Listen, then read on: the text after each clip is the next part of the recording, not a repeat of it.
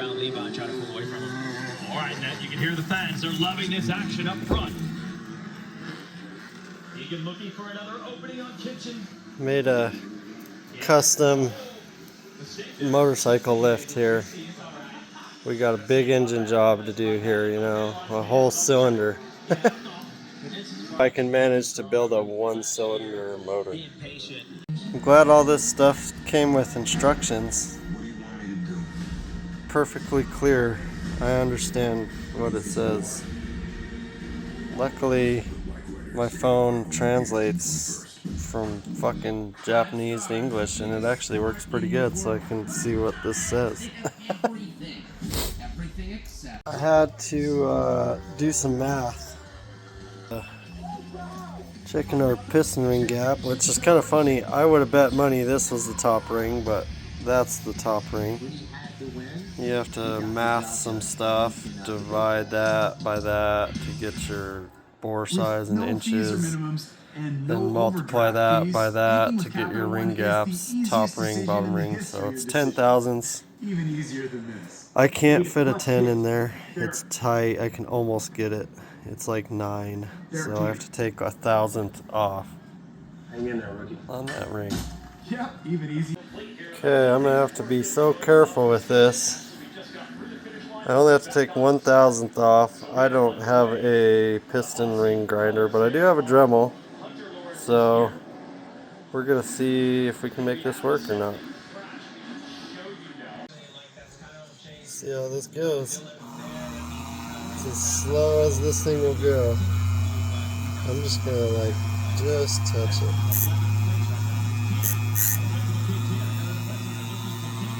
I don't. Hard to keep this even. I feel like this camera is going faster and faster. I don't know if that did anything. And I just dropped it. That's good.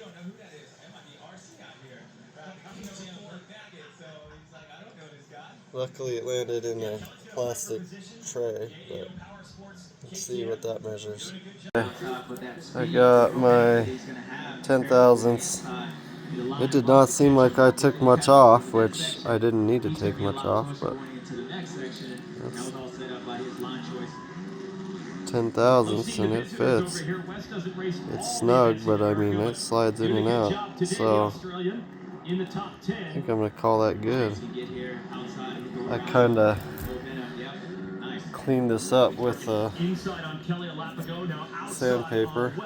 I just kind of rubbed the edges of it with that to try to clean up the burrs, and I mean it's gotta be good enough for a freaking 9 horsepower grom. Okay, this is the second ring, and it's supposed to be 12 thousandths. 10 fits about perfect on this, so I have to take 2 thousandths off that one, so I'll have to hit it a little bit and see how it goes. This is the cute little piston we got here. This is the trick to get the piston ring in there straight. You just use the piston, kind of push it down in there until it's even. That way you can measure your gap. So let's see, I'll grab a feeler gauge and see if I took enough off. This is what I'm using to clean it up, just a little bit of sandpaper. Kind of put this over and then just clean up the edges a little bit. Make it so there's nothing to hang up on the piston wall or whatever. Phone sucks. Okay, now we're looking good. This is 12 thousandths. And where are we at here? I just slid this in and out, and it was good. Okay, I'm just gonna have it straight, but slides right in. It's got just a little drag. Slide it in, slide it out. It's hard to do looking through your phone, but 12 thousandths. This is a takegawa 143 kit for a grom. As you can see clearly in all this gibberish on the side of the box, but I think I feel good about that. We'll start tearing that motor apart and let's even throw this stuff in. I gotta take the parts out of that other head and put them on this head. This is the, I don't remember what kind of head it was. It was finbro or something. Let's see what we got here. You want to win, you got to stop Jet by doing that, but like we saw Dylan run. I don't remember. Hold on. That's funny. This is the Finbro super awesome 125 head with 27, 23 millimeter valves. We are halfway through. It's a performance camshaft, and I got an injector to go with it. So we'll see. I don't remember. It's been a bit since I bought all this shit. When did I buy all this? 2 years ago. I just haven't taken the time to do it. Been too busy. Unhooked the intake, pulled the exhaust, pulled the spark plug, pulled this little cam cover off. You want to turn your motor till this dot lines up with this little notch, and then you'll get a little T in there that lines up with that, which actually we're just a little off at the moment because I just took that. Yeah, that's perfect. I just took the bolt out for this, and then we'll pop this gear off, and then we'll take the head and stuff off. Very much to this little thing. Popped the gear off, took these 4 bolts out. One of them has a copper washer that is on the bottom left here. Other than that, it's pretty straightforward. Then you just got 2 bolts here. Pop this off. Not much to it. Oh, I might have to turn this tire here. Get this off. Just enough room. Looks like we might have been running a little fat. I was doing my tuning, trying not to blow this thing up, but I bet I could have leaned that out a little bit. There's a bolt right here. You take this out, and it holds this little idler pulley that'll be inside here. You just pop that out, and then try to do this one-handed, maybe. You just pull this cylinder off.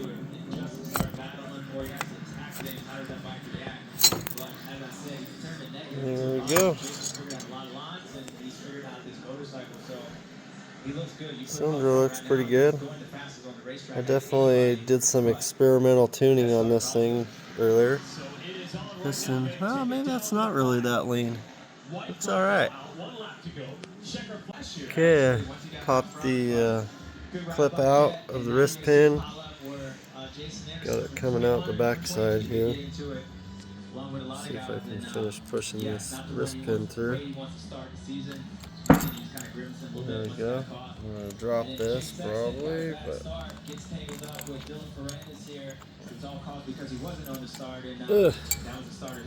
there we go. Piston out, wrist pin out. I'm going to start figuring out these new parts.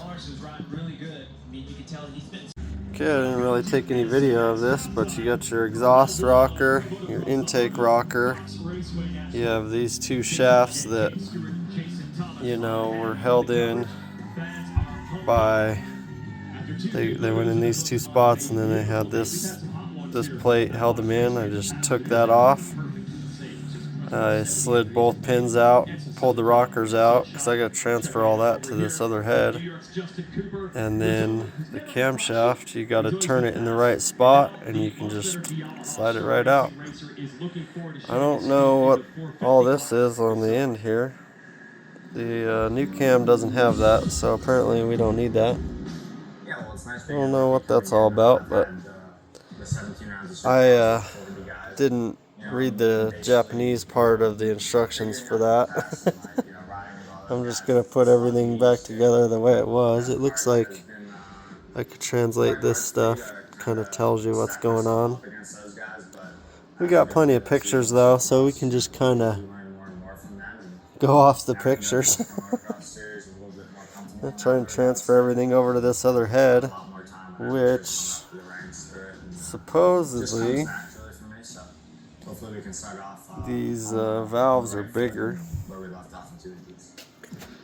which maybe a little bit, couple millimeters or whatever. Is this head's ported, so should flow a little better. That actually, that intake is considerably bigger. There's the intake for this one.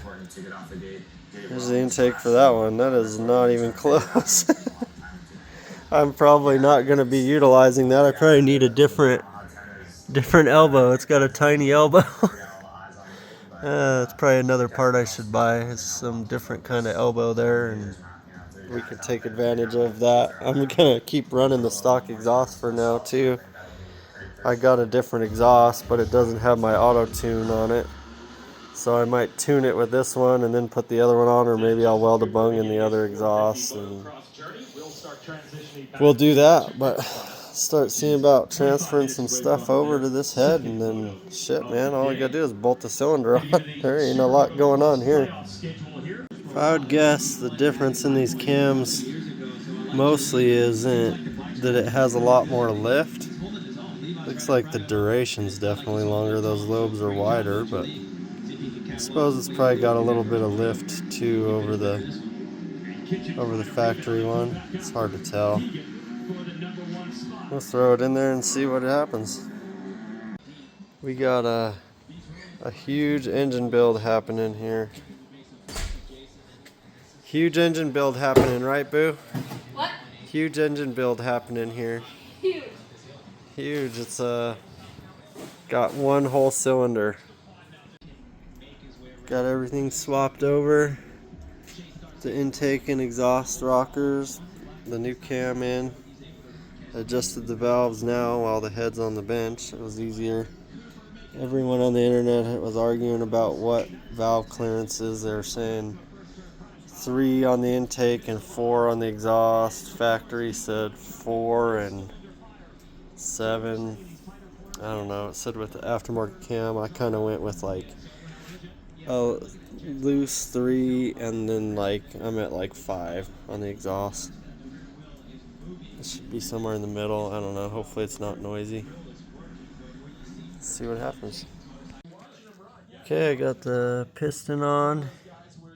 It's marked for intake, so intake is up, exhaust is down. These little wrist pin clips are not very fun to get in, but made sure all my piston rings are all staggered the way they're supposed to be. It's like 120 degrees off on each one, and should be ready to go. Let's slide that cylinder on. Okay, I got the cylinder lined up. I'm just going to use my fingers, pinch those rings together. The bottom of the bore is tapered a little. I put my base gasket on. You got to make sure you have these dowels in there too before you put this together.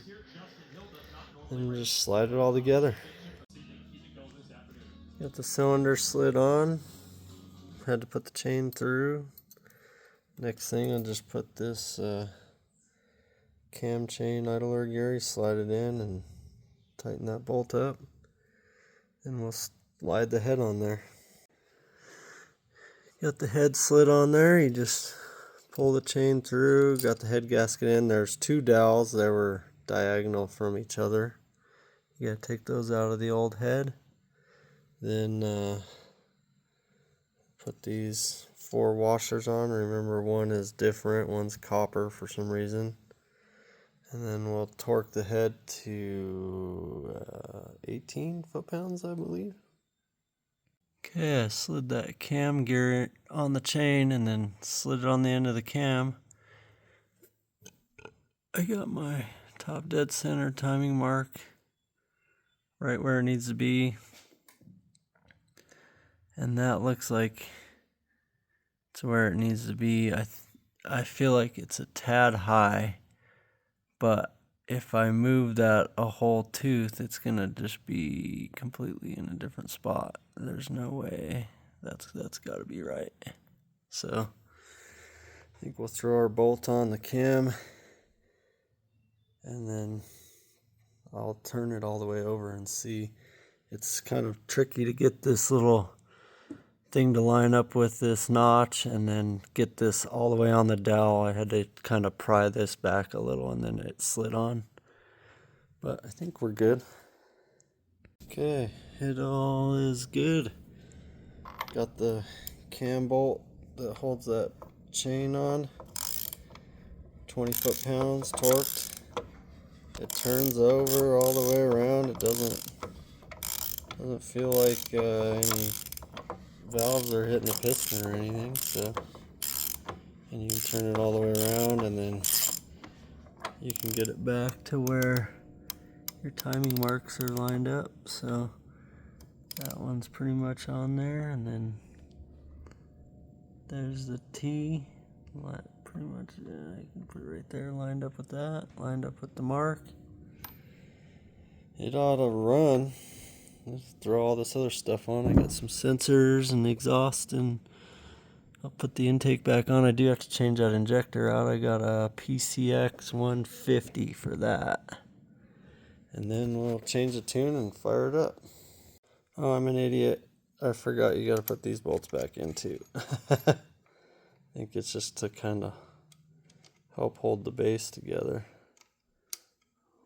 I don't remember what the torque is on those. I'll look it up real quick and tighten that down. Before I put my cam cover on, I almost forgot to put these two bolts in. I don't know what the torque spec is on them. They're just little 8mm bolts. Just used a 1/4-inch ratchet and got them snug. Same thing with this. It's a little bigger. I use a 3/8 ratchet and just gave it a little whatever. It just holds that pulley. As long as it don't come loose, I think it'll be alright. These cover bolts, same thing. They're little bolts. I just don't go crazy on them. Same thing I did with the valve cover bolts. They're little 8mm ones, just a little 1/4-inch ratchet, and give it a quick little whatever. It's good enough for who it's for. Got all the sensors and stuff put in. Hooked the exhaust up. I had to pry the old gasket out of the other head. I'm not confident that's not going to leak, but I can get an exhaust gasket later. I kind of want to test it. I pulled the injector out. It's pretty straightforward. I guess I didn't really have to take this all the way off the bike. I unhooked the fuel line, popped the injector out of it. This is the old one. I'll put some lube on the O-ring, pop this one back in, and clamp it back down. Pretty easy.